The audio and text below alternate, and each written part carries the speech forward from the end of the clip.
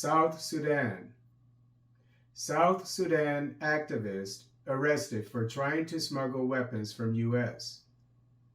South Sudanese activist Peter Ajak and his fellow countryman Abraham Keach have been arrested and charged in the United States for attempting to smuggle weapons worth $4 million to their native country.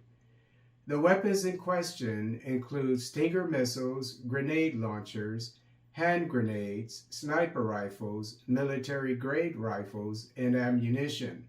As stated in Reuters, the weapons were allegedly intended for, quote, opposition groups seeking to effect a non-democratic regime change in South Sudan, unquote.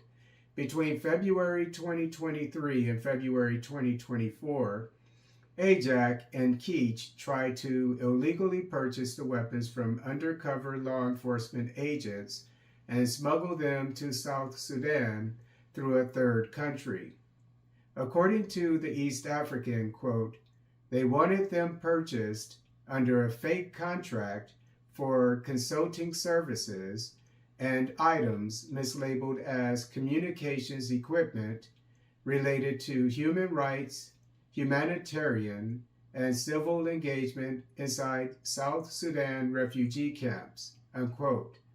The defendants reportedly knew that South Sudan was under a UN arms embargo and that exporting weapons to the nation is illegal.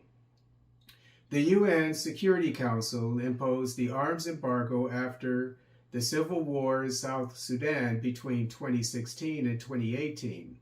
As reported by AP, the United States issued Ajak an emergency visa 4 years ago after he claimed South Sudanese President Salva Kiir ordered him abducted or killed.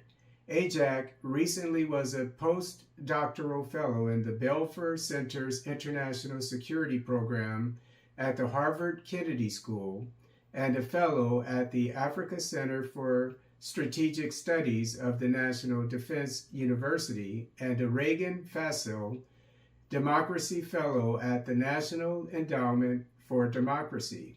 As per the East African, Ajak was wont to criticize the South Sudanese government on Kenyan television.